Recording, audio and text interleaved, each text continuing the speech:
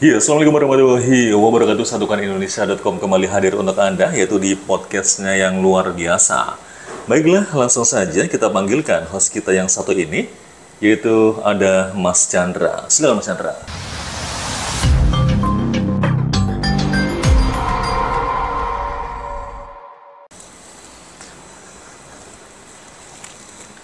Baik, teman-teman, hari ini alhamdulillahirobbilalamin, Chandra sudah hadir lagi ya di acara podcast, melanjutkan podcast beberapa waktu lalu, yaitu di satukanindonesia.com yang mengulas tentang sosok yang luar biasa, Bapak Surasa dari Bandung, yang sedang semacam curhat di media sosial. Berjuang saya. Atau mungkin bisa dikatakan lebih kepada berjuang ya. Iya. Oke. Dan setelah kemarin kita membuat video ya atau podcast ya teman-teman, kemarin beliau sempat hadir di awal minggu Kopi ini Joni, ya kan? Oh iya. Pagi-pagi itu langsung menuju ke Kopi Joni untuk bertemu dengan Bang Hotman Paris Hutapea. Pak Surasa, boleh diceritakan dulu dong untuk pertemuan dengan Pak Hotman Paris Hutapea kemarin? Ya, saya bersyukur bisa ketemu dengan salah seorang pengacara yang cukup ternama, romantis, dan lucu. Oh gitu. Nah, gitu kira-kira. Iya. Ya, tetapi dalam hal ini beliau itu kan spesialis kasus-kasus perdata, pidana dan lain-lain lah. Kalau untuk perjuangan rakyat, selama ini kan saya belum pernah, nggak tahu ya, menurut pandangan saya, belum pernah beliau itu melakukan pembelaan advokasi terhadap persoalan-persoalan rakyat, entah itu tani, buruh, termasuk pendidikan yang saya alami. Bukan berarti tidak paham. Orang sekelas beliau yang S3 kalau mau menangkap persoalan rakyat, kalau mau memahami itu sangat paham, tapi mungkin tidak concernnya di situ.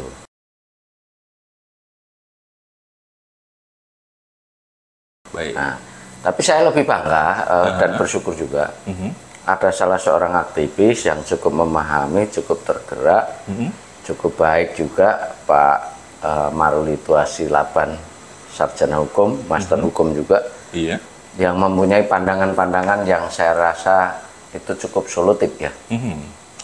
Tinggal tergantung nanti pihak-pihak terkait apakah punya kemauan, apakah punya niat yang baik atau tidak terhadap penderitaan rakyat. Dalam hal ini yang saya rasakan termasuk anak saya dalam hal ini. Nah, di sini saya berbicara sebetulnya lebih ke ya sekaligus anak saya yang menjadi korban, tapi sebetulnya hal-hal semacam ini banyak dialami oleh warga lain, warga Indonesia ini yang mengalami persoalan yang sama. Ya, di sini saya bersyukur para pemirsa di rumah yang nonton video ini bisa melakukan apa istilahnya subscribe, benar ya, termasuk like, menyukai, comment and share ya, termasuk di share agar masyarakat mengetahui ini, memahami ini, dan minimal saya bisa berbagi sedikit pengalaman. Baik. Kalau toh ini menjadi viral, itu viral yang positif bagi masyarakat dan bermanfaat sekali untuk para korbannya gitu kira-kira. Nah, mudah-mudahan para pemirsa di studio ini dan pemirsa yang ada di rumah tergerak, terbeban hatinya untuk perjuangan rakyat seperti yang kami alami. Baik, itu kira-kira. Mungkin ini teman-teman ada yang belum nonton untuk video yang kemarin ya. Nah, Bapak boleh diceritakan dulu ya perjuangan Bapak itu apa gitu, dan kemudian perjalanan Bapak sampai detik ini seperti apa. Jadi biar masyarakat tahu apa yang Bapak perjuangan itu. Ya, jadi begini, saya singkat cerita bahwa anak saya setelah dinyatakan tidak diterima di jalur UTBK SNPT, itu lanjut ke jalur SUMUP. Itu jalur mandiri yang ada di Jawa Barat, yaitu Universitas Padjadjaran atau disebut UNPAD.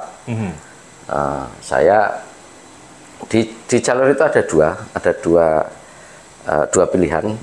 Salah satunya itu yang pertama, maksud saya yang pertama itu jalur reguler. Baik. jalur orang-orang yang punya duit, tapi di situ ada pilihan dari mulai yang terendah, sedang sampai yang tinggi. Jalur yang kedua itu jalur KIP kuliah atau jalur warga yang kurang mampu. Melalui kartu Indonesia Iya, Pintar. artinya di sini ada kesempatan sebetulnya bagi keluarga yang tidak mampu untuk tetap pintar atau menjadi sarjana. Nah, jadi saya lihat di Indonesia itu sebetulnya aturannya sudah cukup bagus ya. Baik. Tinggal pelaksanaannya itu dan kuotanya bagi orang miskin atau orang yang keluarga tidak mampu itu ditambah gitu ya. Karena kurang mampu, tidak mampu atau miskin itu kan bukan pilihan. Siapa sih orang yang ingin seperti itu? Iya. Semua orang pengen kaya raya, anaknya pengen bisa sekolah setinggi-tingginya. Iya, jadi mungkin masyarakat juga ingin lah yang namanya punya gas 12 kilo ya. Kalau 3 kilo ada kata-kata Oh ya, miskin. subsidi ya. Untuk subsidi Iya, orang iya. miskin. Jangan sampai begini. Orang miskin atau yang belum mampu Iya. atau orang tidak mampu disebutnya di situ. Jangan sampai ada kesan orang miskin tidak boleh pintar atau orang yang kurang mampu tidak boleh sarjana. Nah, itu yang harus ini. Jadi Itu semua kan punya kesempatan yang sama ya. punya hak dan kesempatan yang sama. Nah, karena undang-undang juga menyatakan bahwa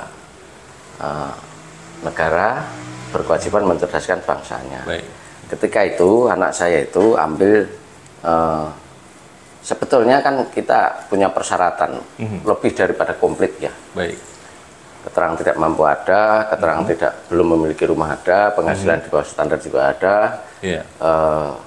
Ada 3 lembar keterangan dari negara plus 1 lembar keterangan yang sangat penting yaitu DTKS, DTKS. data kesejahteraan sosial. DTKS, data terpadu kesejahteraan sosial. Itu sangat kuat, itu dari kementerian terkait. Baik. Ya, itu sangat kuat. Dan anak saya juga memiliki KIS, Kartu Indonesia Sehat. Terus di situ juga ada Kartu Indonesia Pintar. Nah, cuma persoalannya di Kartu Indonesia Pintar itu harus muncul nomor, angka 6 digit. Iya. Itu yang bisa untuk diupload pada saat mendaftar KIP kuliah. Nah, ada persoalan di dalamnya situ. Nah, ini dalam hal ini pasti kesalahan negara dari pihak terkait tapi ya. Nah, itu pada saat ingin mendaftarkan melalui jalur SMUP yang KIP kuliah, Iya. tidak bisa diakses karena tidak ada nomor itu, 6 digit itu. Iya. Saya konsultasilah ke pihak Unpad, ada ketua panitia waktu itu. Saya sebut saja namanya biar lebih jelas, lebih gentleman. Namanya Pak Anas waktu itu, penanggung jawab atau ketua panitia SMUP sebetulnya. Baik. Saya tanya, Pak ini bagaimana solusinya? Anak saya punya KIP kuliah, tapi angka ini tidak muncul, Pak. Iya. Yang 6 digit, jadi kita kesulitan, kebingungan. Kami mau mencari solusi supaya bisa tetap mendaftar, karena kemauan anak juga cukup tinggi, orang tua sudah berjuang semaksimal mungkin juga. Kondisi real hari ini yang kami alami masih begini. Ya mudah-mudahan entah kapan saya juga ingin menjadi pejabat juga, Amin. pengen juga menjadi pengusaha yang besar, tapi kondisi yang kami alami saat ini kan sedang terpuruk. Dan sejak COVID itu kan bukan hanya saya. Berarti ini kalau diibaratkan roda, Bapak masih berada di bawah nih ya? Wah, terpuruk saya, terpuruk. Jadi sejak COVID itu segala usaha tumbang saya. Bukan hanya saya itu ya, dialami banyak orang. Baik. Nah, akhirnya dari pihak Unpad menyatakan begini. Beliau bilang, sudah aja jalur reguler katanya. Loh Pak, kalau reguler saya tidak mampu Pak, karena itu bayarnya mahal. Iya. Nanti ada uang registrasi atau UKT ya kalau nggak salah namanya, uang apalah itu, uang kuliah apa, terus tambah uang semesteran. Baik. Nah, terus beliau menjawab begini, nggak apa-apa, berjuang saja, itu nanti bisa diurus gitu loh, bisa diurus, di KIP-kan gitu kira-kira. Yang membedakan katanya hanya uang 200.000 uang pendaftaran. Saya lihat di situ kan uang semesteran itu kalau yang ekonominya bagus ada yang 15-20 juta lebih lah kalau nggak salah, di Google itu kan ada yang sampai ratusan juta uang uang iuran apa itu namanya, uang pangkal atau apalah gitu loh. Tapi kalau saya ini yang terendah saya tidak mampu gitu loh Pak. Akhirnya, oh kami semangat. Kalau itu berarti nanti ada solusi kan gitu. Singkat cerita, anak saya diterima. Diterima di jurusan agroteknologi. Agroteknologi? Iya. Anak saya sebetulnya pengennya... Itu bukannya jurusan yang nggak main-main itu? Ya, menurut pandangan umum mungkin ya, saya juga kurang memahami itu. Anak saya sebenarnya pengennya aktuaria atau statistik atau matematika yang lainnya. Ketika itu apa di semua masih ada atau tidak ada, kami hanya mampu mendaftarkan satu itu. Setelah diterima itu, singkat cerita, kami mengadu lagi, Pak ini kami bersyukur Pak, anak saya diterima nih Pak. Ya kasarnya saya menagih janji lah. Jadi Bapak terus berkomunikasi dengan Pak Anas? Ya, Anas namanya. Saya ke bagian apa namanya, adalah bagian informasi itu banyak tuh, katanya bukan kewenangannya. Beliau tidak bertanggung jawab, gitu loh.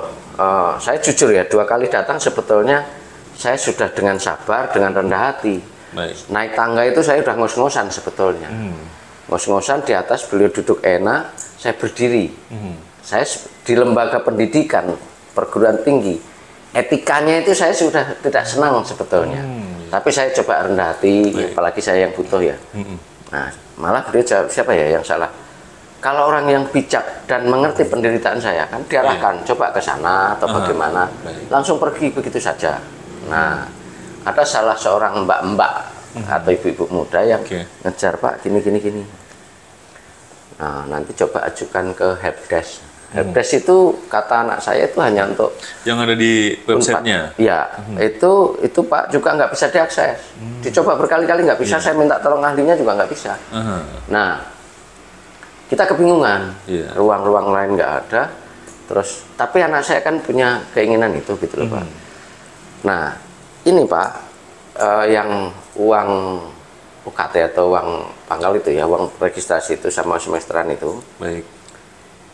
Itu kami tanda tangani dalam kondisi terpaksa. Artinya menuruti saran Pak Anas tadi gitu loh. Dan ini bisa di KIP kan, toh nanti juga negara juga yang ini. Anggaran yang ada di Indonesia itu cukup besar Pak. Makanya saya juga kesal sebetulnya. 20% anggaran di negara ini, tapi pendidikan nggak pernah beres gitu loh Pak. Yang bikin saya kesal. Itu segitu besarnya anggaran yang ada di negara ini, kok seperti ini gitu loh Pak. Nah, ini pernah saya alami, kasus ini bukan yang pertama ya. Saya pernah mendampingi beberapa orang. Terus 4 tahun yang lalu anak saya di Unpad juga kebetulan. Masalahnya persis ini. Persis ini 100% tidak geser. Nah, akhirnya begitu kami mencoba komunikasi dengan membawa persyaratan yang seadanya malahan waktu itu bisa di KIP kan, ditanggung negara malah dapat uang saku. Ini yang syaratnya lebih komplit, anak saya ini harusnya bisa di KIP kan, gitu loh. Nah, saya yakin-yakinnya 1.000.000% ini pasti akan diperpanjang proses registrasi ini, jalur sumum. Kenapa? Rumit ini rumit. Unpad sendiri akan kebingungan, dan saya yakin Unpad akan membuka ruang komunikasi, pengaduan dan lain-lain untuk menyelesaikan persoalan ini. Kalau tidak, ini akan menjadi rame. Unpad bingung, masyarakat bingung, ini rame saya jamin. Nah, saya yakin ini Unpad akan memperpanjang. Nah, saya sudah dapat informasi bocoran. Harapan saya bersyukur ya. Entah karena Unpad memang kebingungan, belum beres, belum tuntas masalah registrasinya. Ya, saya bersyukur ada informasi akan diperpanjang sampai tanggal 11. Ruang pengaduan atau ruang negosiasinya itu tanggal 7 sampai tanggal 9. Itu yang saya syukuri. Nah, jadi artinya ada kelegaan napas, doa dan harapan saya dari Yang Maha Kuasa dikabulkan. Selain memang banyak yang keberatan, Unpad sendiri juga pasti kebingungan dengan situasi seperti ini. Karena apa? Anak saya ini kan dinyatakan lulus, diterima di Unpad. Ya, kenapa nggak diberikan solusi gitu loh? Dan tidak layak digugurkan, karena anak saya juga tidak mengundurkan diri. Kalau hanya gara-gara uang ini dinyatakan gugur padahal tidak gugur, persoalannya kan nggak ada duit. Iya benar. Atau dianggap mengundurkan diri, anak saya juga nggak mengundurkan diri. Tapi dari segi prestasi, anak Bapak berarti istilahnya pintar ya, karena bisa masuk tes Unpad itu. Ya. Boleh diceritakan sedikit nggak, Pak? Prestasi dari SD, SMP sampai sekarang nih. Nah, sebetulnya begini ya, anak saya ini karena saya dari keluarga yang penuh keterbatasan ya, sebetulnya anak saya ini punya potensi. Potensi dan hobi sebetulnya. Baik. Dia hobi pramuka juga, hobi bela diri, hobi nari. Cuma saya tidak bisa memfasilitasi secara materi ya, secara materi. Jadi ada yang nggak tuntas sebetulnya. Prestasi cukup cerdas ya. Dari mulai SD, SMP, SMA itu cukup cerdas. Dia senangnya matematika. Terus di sekolahan kegiatan-kegiatan lain dia senang. Cuma kalau yang menyangkut uang agak besar, memang kemampuannya kita lagi nggak memadai gitu loh, Pak. Baik, nah, tolong Unpad ini bisa mengerti penderitaan rakyat, termasuk ya saya kan sudah nanti silahkan misalnya ini kita kupas ya, kita bahas. Saya sudah ke kepresidenan, sudah ke kementerian. Jadi kepresidenan ada staf-stafnya, kementerian ada dirjen-dirjennya, ada bagian ini, bagian ini, bagian ini. Sudah saya datangi. Saya juga sudah mengadukan secara resmi. Saya sudah 2 kali ke Ombudsman. Saya sudah ke Komnas HAM. Nah, nanti saya pulang ke Bandung akan ke Unpad, Komnas HAM tingkat daerah dan lain-lain. Saya tetap lakukan perjuangan ini sampai mendapatkan solusi yang berkeadilan, mempertimbangkan aspek sosial, aspek ekonomi, aspek kemanusiaan, karena saya juga punya hak untuk berjuang. Nah, cobalah pihak Unpad juga bersikap arif dan bijaksana. Karena Unpad ini universitas negeri favorit ternama di negara ini, dan rasanya nggak akan jatuh miskin kampus Unpad ini dengan membantu anak saya. Ini bukan semata-mata karena apa ya, saya bukan karena ini anak saya, ini perlu mendapatkan penanganan yang serius. Gitu, ini adalah perjuangan seorang ayah, teman-teman ya. Jadi, oke, terlalu Pak, saya potong dikit Pak. Jadi ketika Bapak hadir ke berbagai lembaga yang ada di Jakarta kemarin ya, itu untuk pelayanan dari lembaga-lembaga tersebut seperti apa tuh Pak? Kalau yang saya lihat ya, mungkin kalau kepresidenan agak sedikit kaku dan ketat itu mungkin faktor keamanan ya. Tapi harusnya juga bisa membedakan. Hal-hal yang penting semacam foto, video untuk pegangan orang punya bukti itu juga jangan dilarang. Karena itu penting bagi kami, bagi masyarakat lah. Kalau Ombudsman sama Komnas HAM, mulai dari Satpam, pengamanan maksud saya, mulai dari resepsionis, penerima surat dan lain-lain, pelayanannya cukup baik, cukup ramah. Ya cukup enak lah nyambutnya. Cuma harapan saya bukan sampai di situ. Saya akan kawal terus ini. Pengaduan saya sampai di mana saya kawal terus dan beliau cukup responsif. Hanya di sini ada hal-hal yang harus diperbaiki. Kementerian, kepresidenan, Ombudsman, Komnas HAM, ketika ada persoalan seperti ini, itu kita belajar dari rumah sakit. Kalau yang sifatnya emergensi, gawat darurat, itu kan harus segera mendapatkan penanganan. Ada IGD lah ya? Nah, ada IGD-nya, ada skala prioritas. Ya. Misalnya ini kan ada ambang waktu lah, batas waktu. Tanggal sekian ini ditutup, tanggal sekian diumumkan, batasnya sekian. Nah, artinya di situ ada penanganan secara khusus sesuai dengan skala prioritas. Jangan sampai, oh Pak, ini OSP-nya misalnya 14 hari setelah pengaduan. Ibarat ini rumah sakit, kalau begitu banyak pasien yang mati, nggak tertangani.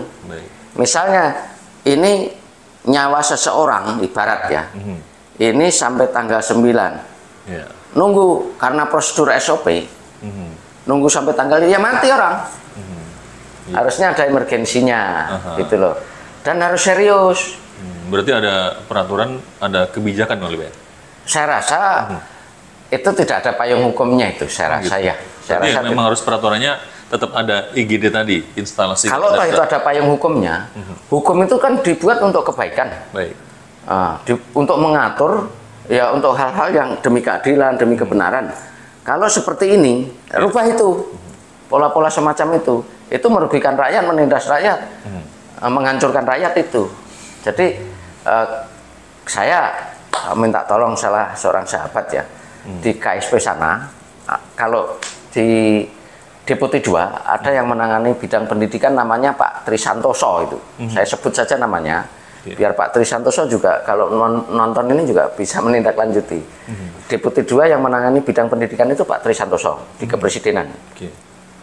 Pak Trisantoso itu kalau bisa sampaikan ke Kepala Staf Kepresidenan Pak Muldoko atau Pak Muldoko nanti bisa ke Pak Jokowi bahwa program pendidikan yang sebaik itu yang digembar-gemborkan waktu kampanye itu harusnya terrealisasi dengan baik. Bisa memerintahkan ke kementerian. Bisa dinikmati rakyat. Iya.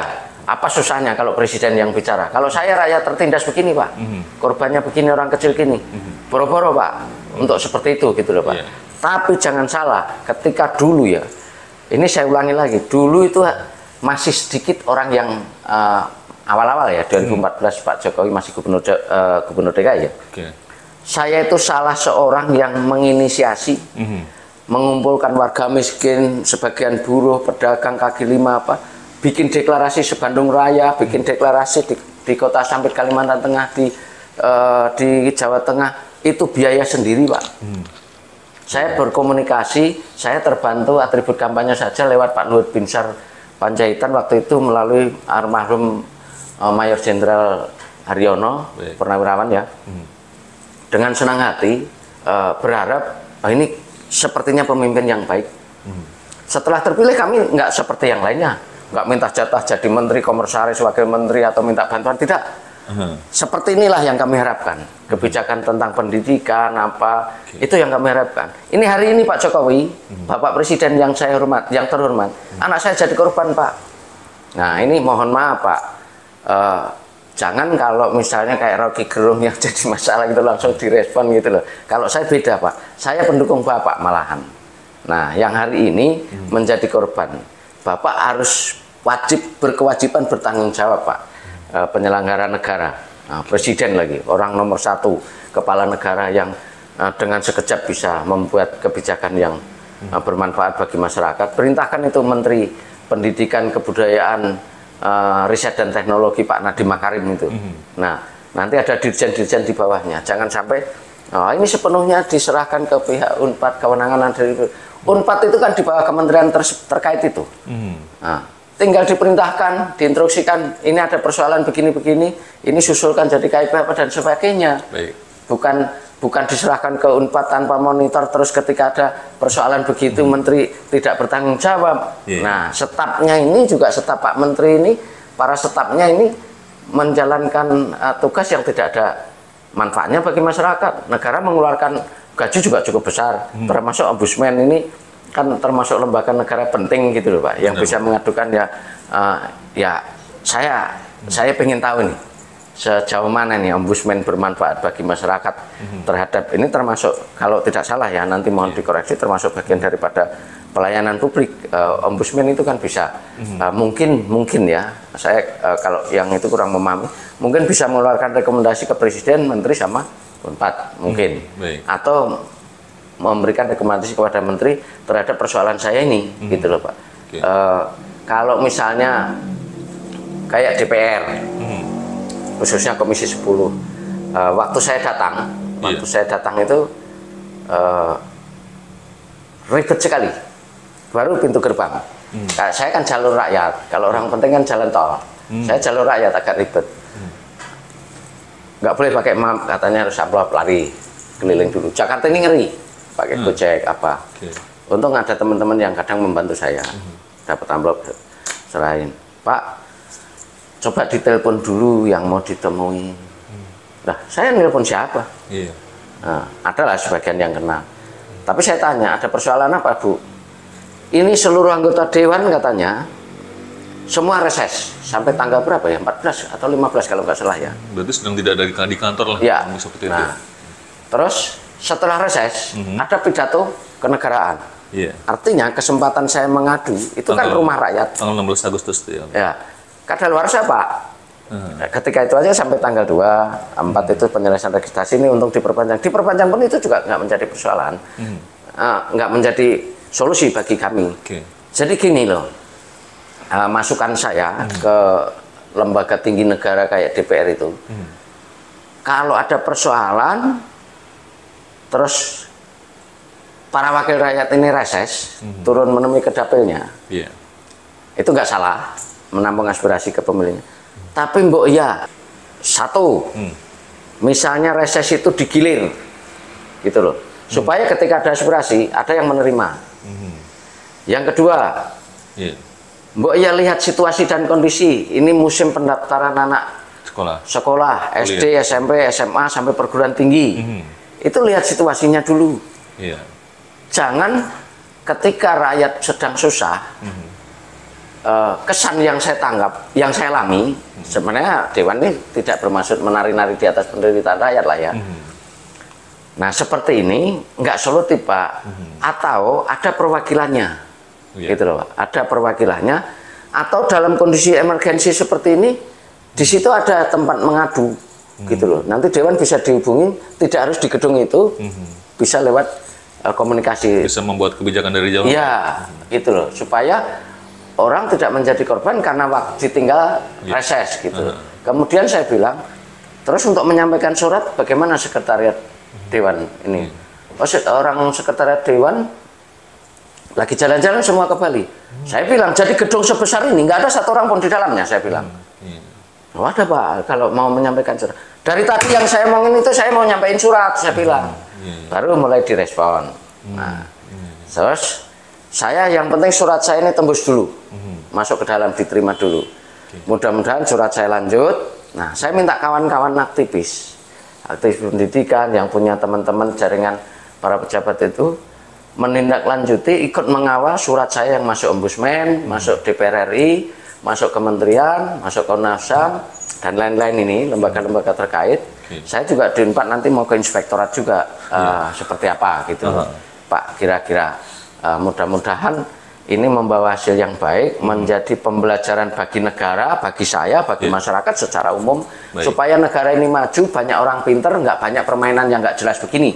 Uang triliunan banyak dikorupsi orang, ini hanya persoalan kecil sekecil ini, dibandingkan persoalan itu.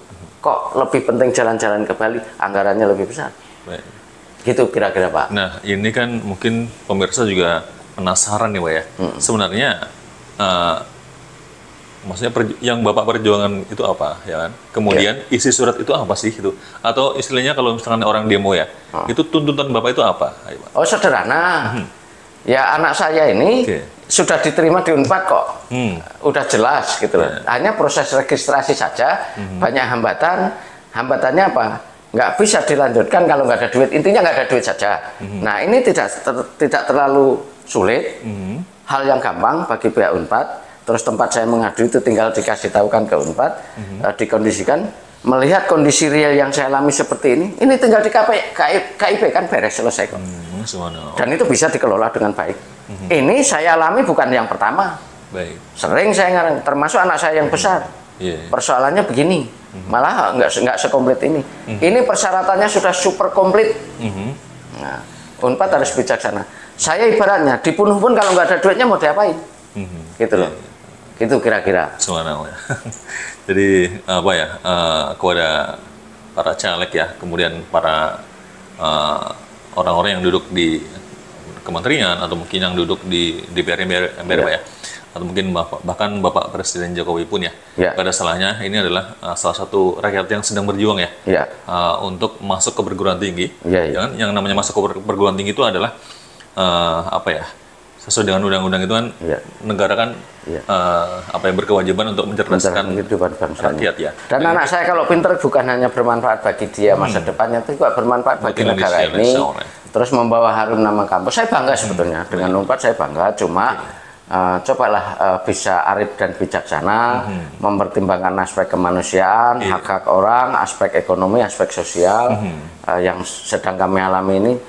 Inilah keprihatinan kita bersama, membangun kepedulian gitu loh Pak. Di situ isinya kan para profesor, orang-orang pintar gitu loh. Masa nggak bisa mencerna, nggak bisa menyelesaikan persoalan ini? Saya rasa bisa. Pertanyaan saya, punya hati nurani atau tidak, mau atau tidak, itu persoalannya. Dan sebenarnya teman-teman, perjuangan Bapak ini mungkin mewakili orang-orang jutaan orang di Indonesia yang saat ini kesulitan juga dalam hal ini menyekolahkan anaknya ke perguruan tinggi. Bahkan mungkin saat ini juga ada orang tua yang menangis lah ya dalam hal ini. Saya sudah kering air mata. Ini saya malu aja kalau nangis di sini. Ya dalam hal ini mungkin ada orang tua yang lain ya, anaknya pinter, ranking 1 terus dari SD sampai SMA, kemudian ingin melanjutkan ke perguruan tinggi tapi tidak ada dana, daftarnya juga susah segala macam, bahkan buat makan aja susah. Dalam hal itu anaknya juga akhirnya. Ya mudah-mudahan liputan ini menjadi inspirasi bagi masyarakat Indonesia. Mudah-mudahan ini bermanfaat bagi masyarakat Indonesia dan menjadi suatu amal ibadah bagi saluran berita pemersatu bangsa ini, satukan Indonesia.com ini. Saya berkeyakinan ini kalau concernnya banyak untuk memperjuangkan masyarakat, media ini akan menjadi besar, akan bermanfaat bagi bangsa Indonesia. Orang mungkin bilang media-media ini akan bermanfaat dan memberikan edukasi, memberikan pembelajaran bagi masyarakat Indonesia. Amin. Gitu. Sepertinya itu saja untuk hari ini. Sampai ketemu di waktu dan volume yang tidak berbeda. Pak, terima kasih sudah hadir di sini. Dan saya mohon, ini bukan akhir dari suatu perjuangan.